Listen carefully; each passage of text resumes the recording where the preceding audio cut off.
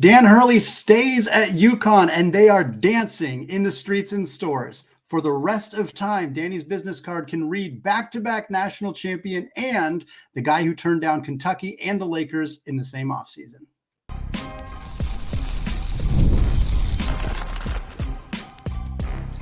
You are Locked On College Basketball, part of the Locked On Podcast Network. Your team every day. What's up, folks? Welcome into the Locked On College Basketball Podcast, a daily national college show, part of the Locked On Podcast Network, your team every day. This is the Tuesday edition of Locked On College Basketball. Those of you on YouTube, we are posting this earlier on Monday as we got the big news. Dan Hurley staying at UConn. We will talk about that throughout the show today. I'm Andy Patton, joined today by my co-host Isaac Shade. Folks, you are listening at the place to get your college basketball content every single day, not just from November to March, but all off season as well. I want to shout out our everyday listeners. Thank you for being a part of this show throughout the off season. You can also join us on our Discord channel if you have not done so yet. It is free to join. There's a link in the show notes on audio and video platforms. Today's episode is also brought to you by LinkedIn Jobs. These days, every new potential hire can feel like a high stakes wager for your small business. That's why LinkedIn Jobs helps find the right people for your team faster and for free. So post your job for free at linkedin.com/lockedoncollege. Terms and conditions apply. All right, folks, on today's show, Dan Hurley is back. What does it mean for the UConn Huskies? What does it mean for college basketball? Can this UConn team truly contend for a three-peat for the first time since John Wooden did so in the 1970s at UCLA? We're going to talk about all of it on today's show. The big story, Danny Hurley. He moved the practice back for UConn. It sounded like they were supposed to practice at noon Eastern time. Practice gets bumped to 2 Eastern time. Everybody was waiting with bated breath. What is Dan going to decide? What is he going to do? Ultimately, we get the word he has turned down the Los Angeles Lakers, a reported $70 million offer from the Lakers to remain in Storrs. Isaac, what were your first reactions to this story? Well, Andy, it's weird because I think my first reaction was that I thought I was wrong. I think my expectation was that he was going to go.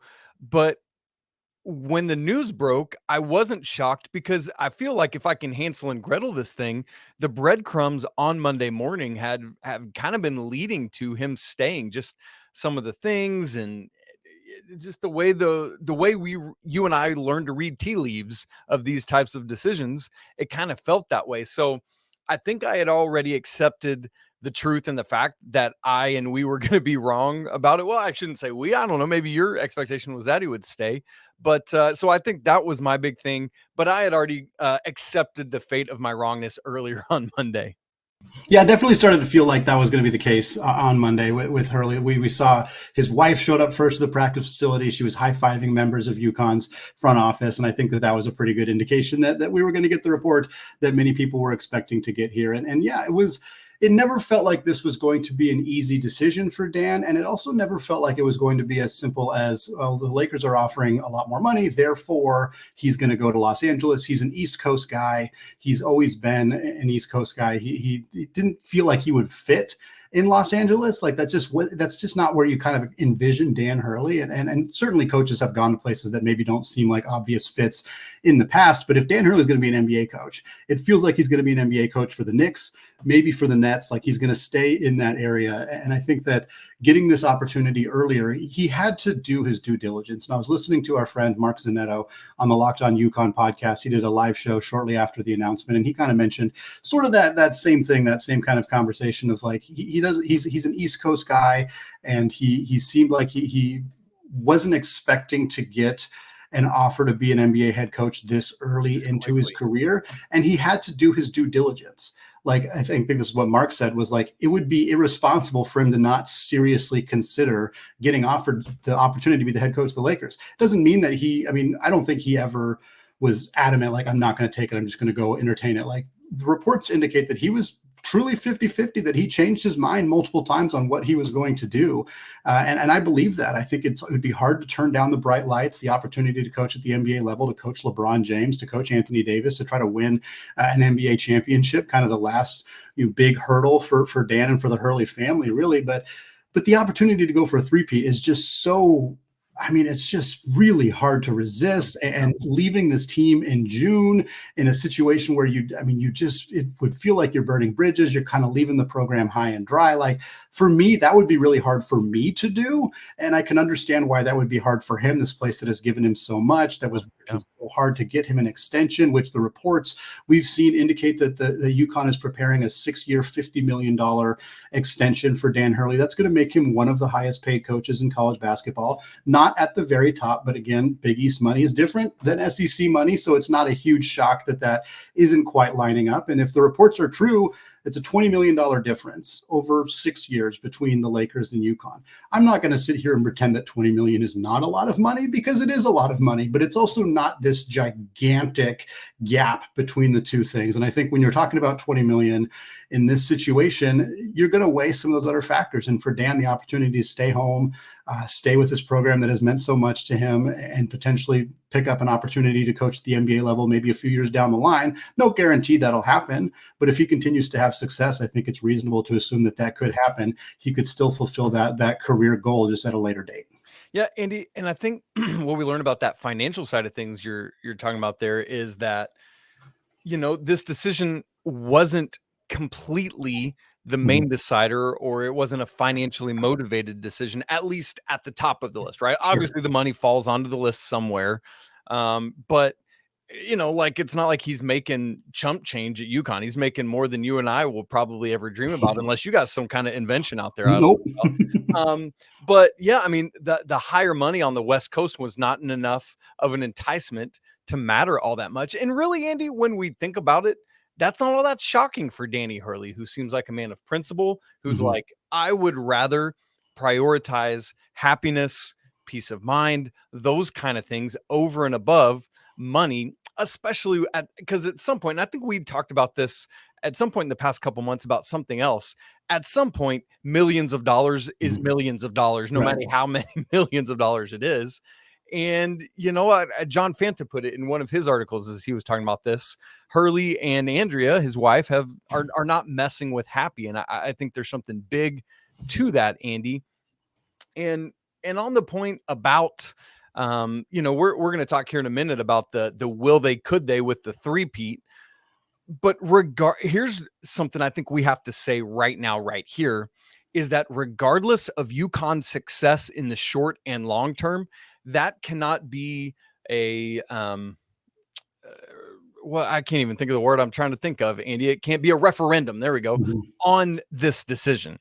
Right.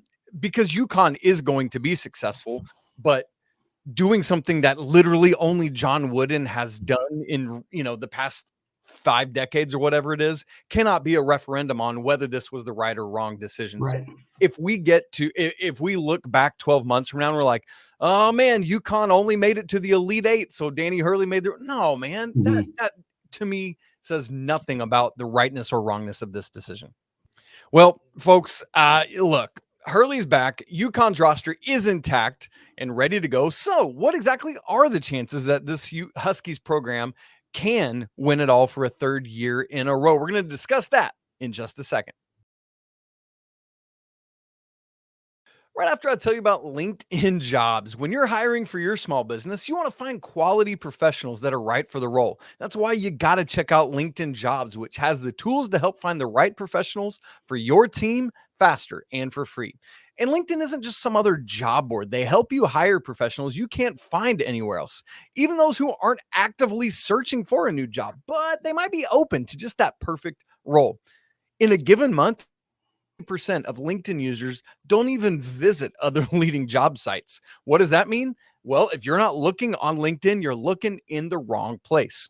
On LinkedIn, 86% of small businesses get a qualified candidate within 24 hours. So hire professionals like a professional on LinkedIn. And they know that small businesses like you are wearing so many hats, and you might not have the time or resources or capability to hire well. So what are they doing? Well, they're always trying to figure out how to make this process more efficient for you. They even just recently launched a feature that helps you write job descriptions. Man, I love how they're looking out for business owners, making the process faster and easier. So post your job for free right now at linkedin.com/lockedoncollege. Again, that's linkedin.com/lockedoncollege to post your job for free. Terms and conditions apply. Andy, where we want to head next is this concept of, hey, can UConn three-peat? And I know that this is part of the Dan Hurley decision to come back, but it's not just about can we three-peat, because that would be short-sighted of him. Again, as we said in the last segment, to suggest that something less than that is a failure. But Andy, I think as the first piece of this, before we look at the roster and who they've got, is this differential between the questions, can they three-peat and will they three-peat? Because that can and that will are two very different words.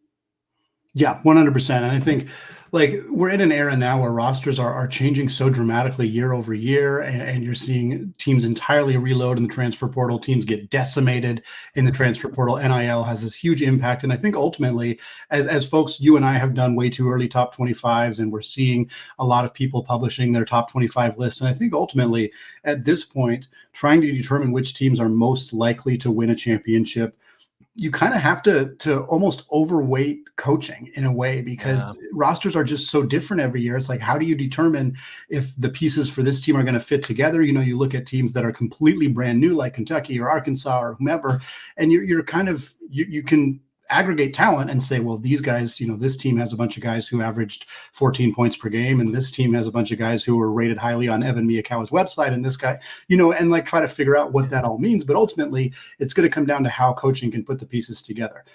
To answer the question, can UConn three-peat? Yes, of course they can. Of course they can. Dan Hurley is one of the best coaches in college basketball. They get back an All-American caliber player in Alex Caravan. They made great additions in the transfer portal to supplement some areas of need, bringing in Terrace Reed from Michigan to help replace Donovan Clingan, bringing in Aiden Mahaney to play some point guard, to play a little bit of off-ball guard, coming over from St. Mary's. They have one of the best freshmen in the entire country in Leah McNeely joining the roster. Like, there is no doubt that the caliber of talent at UConn is at that level. Is it the best roster in the country? I would say probably not. I'm not confident I would have said that UConn's roster prior to last season was the best in the country either. In fact, I'm quite confident that I would not have said that. Because we didn't. Because we didn't say that at this time last year. But Cam Spencer ended up being phenomenal in that role that he filled for Hurley's team. We knew Clingan was going to be great. He was. We knew Castle was going to be great. He was. And we saw those guys kind of step up. Bench players took on a bigger role, and it worked. And obviously they're in this position that they are now because of that. I'm going to have UConn somewhere in my top 10. I'm not as high on the roster as I think other people are. But again, it's about the coaching staff. And if guys like Solomon Ball, like Hassan Diarra, like Samson Johnson, like Jalen Stewart, who are smaller role players last year, who are stepping into bigger roles, if they can continue to prove, if Danny Hurley and the staff can continue to prove that their development is at that top elite level in college basketball, if those guys can fill the roles that they need them to fill admirably next season, then yeah, I think we could be absolutely talking about a team that's at least in contention to three-peat. Will they? I'm not betting on it. I would take the field over UConn. I think at this point, anytime you have the opportunity to take the field or one team, you got to take the field. It would be insane not to. But is UConn one of the top contenders? Yeah, I think they have to be. Yeah, and Andy, I love your point there, because Danny Hurley has entered into what for me has been like Bill Self status in terms of, I know Kansas was not Kansas last year and what we expect for them. But more often than not, in my way too early rankings, I'm giving the Jayhawks the benefit of the doubt because of Bill Self. Dan Hurley, for me now, is at that level along with his coaching staff, because we cannot rule out how critically important Luke Murray and Kamani Young are to what UConn does. But I'm going to give UConn that, essentially that top 10 benefit of the doubt every year, as long as this is the man that is the head coach of this team. And I think this is where we really start to find out this year. Is it just that last year those pieces just happened to work together and they were all willing to buy in, versus oh man, this culture Danny Hurley is creating that he talks about. I mean, I feel like people are throwing Danny Hurley YouTube videos and interviews everywhere because it's like, listen to what this dude does even in this transfer portal era. This is wild. And that's what we're going to start seeing more of. And so I'm really curious, Andy, just exactly how this team functions. Like, is Luke Murray's offense really just that good and intricate and better than what everyone else is doing, that when they get the guys to buy in, it's a world beater at the Big East and across the nation? Perhaps so, right? And so we're just going to have to watch all of that. So, Andy, the weird thing is trying, though, to predict who it's going to be that steps up the most, who it's going to be that takes on the biggest roles and has the most impact. Because last year, I mean, even think about so many teams around the nation. If they had suffered the injury issues that UConn did last year, they would have fallen apart. The Huskies kept on rolling, dude. Like when Klingon had his foot stuff. Nope. When Cam Spencer was hurt, we're good. You know, like all of that. It was wild to me.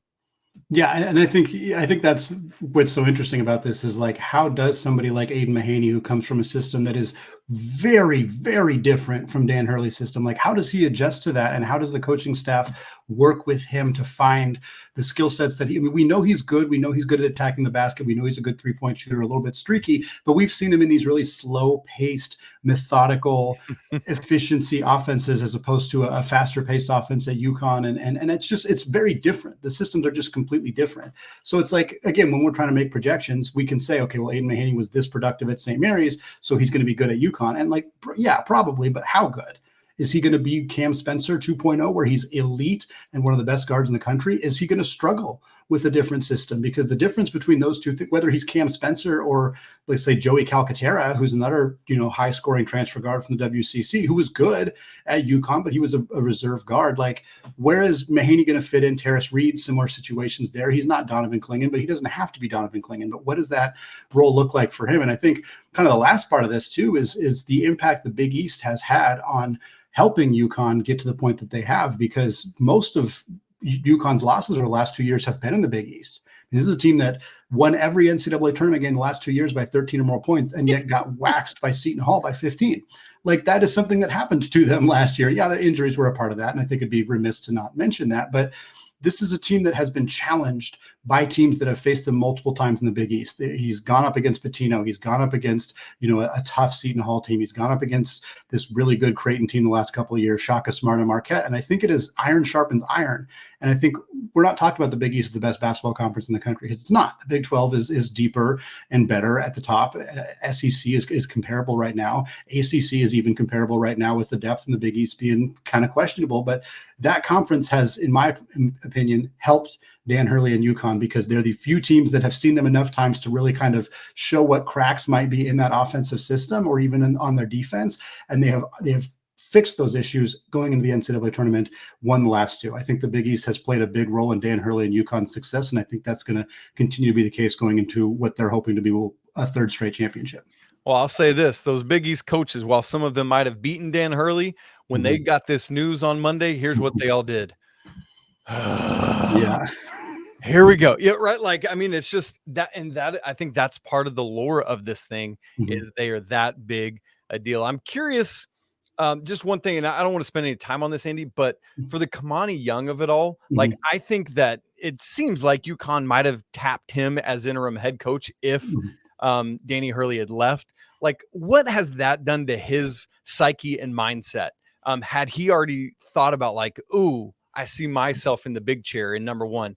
Can he go back to the mental place of being in the second or third chair to be the guy behind Dan Hurley and supporting him? That's just an interesting thing that you see at, in any organization at the top levels when power plays start coming in. So I don't expect anything negative there, but it is just something to keep an eye on. You mentioned those Big East coaches, maybe doing a little face palm after finding out Hurley's back. But at the end of the day, they, along with everybody else, knows what we're about to talk about here to close out the show. Dan Hurley returning is good news for college basketball. It's not just good news for the Huskies. It's not just good news for the Big East. It is good news for the entire sport. And we're going to talk about that in just a second. Right after I tell you about today's sponsor, FanDuel. Folks, summertime is here, and that means baseball, the NBA Finals are still going on, and more, and you can bet on all of it at FanDuel. Right now, new customers will get $200 in bonus bets with any winning $5 bet. That's $200 that you can use to bet on everything from the Finals MVP to who is going to hit one out of the park. Speaking of that Finals MVP, right now, the most updated odds after Game 2 between the Boston Celtics and the Dallas Mavericks, Jason Tatum is in the lead at plus 130, followed by his teammate Jaylen Brown at plus 155. Luka, who just put up a triple-double in Game 2, he's at plus 650. Hard to win if you're not the team that wins. And then number 4, after a phenomenal game in Game 2, is Drew Holiday at plus 700. If you're interested in those odds or any other odds on FanDuel right now, visit FanDuel.com/lockedon and add a big win to your summer bucket list. FanDuel, America's #1 sportsbook. All right, Isaac, putting a bow on this whole Dan Hurley conversation. It was a wild 4 days of speculation, of conversation around what this means for UConn, what it means for college basketball, what it means for the Lakers, all of that. And here we are 4 days later. Nothing has changed. Dan Hurley is still at UConn. He got himself an extension, or at least they're working out the details on said extension. We talked about what it means for UConn. We talked about this team's chances of actually pulling off a three-peat, the first time since the 1970s when UCLA did it under John Wooden. But what I want to do now is kind of take a bigger picture look at what this means. And to be clear, we talked about this on Friday's show and maybe even on Monday's show, that if Hurley left for the Lakers, that wouldn't be this big referendum on college athletics. It wouldn't be this huge problem of, oh no, this is proof that college athletics are dying. People have been talking about college basketball dying forever. One and done is going to kill college basketball. G League Ignite's going to kill college basketball. High-level players going over to Europe to play and then come back to the NBA, that's going to kill college basketball. None of that stuff has killed college basketball. The only thing out of that has died is the G League Ignite, which lasted a few years and is gone as of this season. So college basketball remains strong. Dan Hurley taking the job at the Lakers would not have been a death sentence for college basketball. But Isaac, it's pretty darn great that he's back. We can't deny that. That's absolutely correct, Andy. Yeah, I love that, oh, Ignite's going to kill college basketball. Screw you, Ignite. College basketball killed you. Get out of here with that noise. And look, yes, some of the coaching decisions of the recent years from the older guard, we would say, Andy, have pointed to that they wanted to get out. But to me, that's not a referendum on college basketball. That's about, I was near the end of my tenure. This is not the same thing I started with. Right. And so now I'm out. For the younger guard or the guys that are getting in, they're entering into a whole different era. And so it's apples and oranges. And so that to me is not, to use that word we've used now quite a bit today, a referendum on college basketball.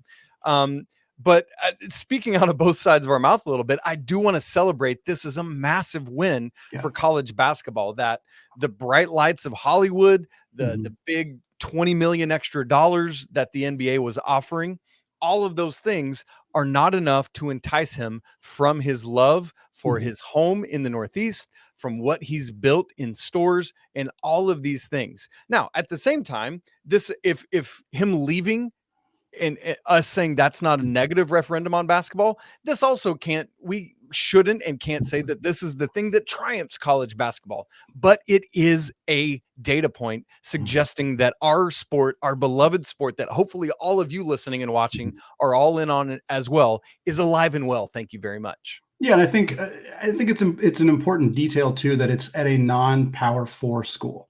Like the Big East is a power conference. They're a power conference in basketball. They've always been considered as such. They should be considered as such. So I'm not trying to imply that the Big East is lesser or is like a mid-major caliber program, because it's not. But this is not an SEC school either. It's not a Big 12 school. It's not a Big 10 school. Those are your big three right now, with apologies to the ACC. They're hanging on by a thread. But for this to happen, for a coach to not only stay in college basketball instead of going to the NBA, but to stay at a program that is in a conference that there's some consternation about, there's some concern of like the viability of every conference that's not one of the big three right now. They're feeling the strain. The Pac-12's gone. The ACC's feeling the strain right now. The Big East is in that position. So for them to be able to retain a coach like this, I mean, it's just, there are always examples. There are always going to be examples of coaches who stay, who don't take on the bright lights. Mike Krzyzewski didn't go to the NBA. John Wooden didn't go to the NBA. Mark Few hasn't left Gonzaga. Like, there are coaches who stay where they are who don't kind of jump at the first opportunity to leave, but they are sometimes, I think they're generally the exception to the rule. And I think for Hurley to stay is a bit of an exception to the rule. I don't know the number of coaches who have been offered the head coaching job for the Los Angeles Lakers and have turned it down to stay in college. I don't think it's a big list. I think that's pretty safe to say. And so for Dan to choose to do that, for UConn to be able to pony up the cash to keep him and make him a very respectable offer, it's good for UConn. It's good for Dan Hurley, of course. It's good for the Big East and then good for college basketball. I think it's good for the Big East to be successful. We'll see if realignment strikes its head again, and we'll see if the Big 12 comes after UConn or some of those conversations that have been floated out there in the past. But I do think that a significant part of why this is good for college basketball is that it wasn't a coach staying in the SEC or the Big Ten. It was a coach staying in the Big East, which I think does carry a little bit of extra weight in terms of its importance for this sport. Another reason I think this is a big deal for our sport, Andy, is in the professional ranks, we think about the players as like the characters and the entities. In college athletics, particularly college basketball, college football, for example, it is the coaches. And I tell you what, man, our sport needs colorful dudes like Danny Hurley. I mean, this man is an absolute video game character who, you know, did all the facial expressions and the stomping and not in a like Bobby Knight over the top crazy, you know, like physical sort of way, but just in a like the incredulous looks, the laughs, the bravado, the things he says. Man, we need coaches like that at the tip top of our game, right? Like Bill Self is fun and engaging, but Danny Hurley, he's just a straight up character. Yeah. So there's that angle on it, but also, and we kind of alluded to this in talking about giving him the benefit of the doubt, but he's a freaking good basketball coach, Andy. And I think with the level at which his teams play, like I think one of the strikes against college basketball a lot is from the NBA folks is like, oh, your game isn't as pure and beautiful as ours. And it's like, okay, well, a program like UConn under Danny Hurley, man, they're running a great system that to me is higher level basketball. And so I think that is really good for us as well. Yeah. And I think the college basketball is so unique in the sense that there's so many different teams, so many different systems. Some teams that run these super slow plotting offenses like Virginia, some teams that are super quick getting out in transition, Arizona, you know, like there's just so many different styles that you can run. And then coaching personalities kind of really drive it, especially now when rosters are turning over so much. Like coach personalities are a much bigger deal in college basketball than they are in the NBA. And I think that was part of you know, Danny's pros and cons list was like, you know, his attitude, his persona, his personality, but it doesn't land as well in the NBA as it does in college. And I think he's smart enough to recognize that. But I think that having these like big gregarious personalities, the Dan Hurleys, the John Calipari's, the Mick Cronin's, like the Bill Self, like you said, like having these big personalities helps college basketball, helps it grow, helps it sustain. And we're seeing younger coaches come in who bring some of that bravado too. And for better or worse, like people hate Nate Oates, but like he brings a different energy. Like, you know, I think that Bruce Pearl's the same situation. Like I think having coaches who have this different kind of energy and enthusiasm around them is good for college basketball in terms of for diehard fans and even for casual fans. And so Dan Hurley returning to the sport and getting to continue to be that gregarious personality and goofball on the sidelines and, you know, funny man in the press conferences, I think is pretty clearly a good thing for the sport going forward. Well, it's a good day for college basketball. It's a great day for the Connecticut Huskies. Allie, if you're listening to this, we say congratulations to you.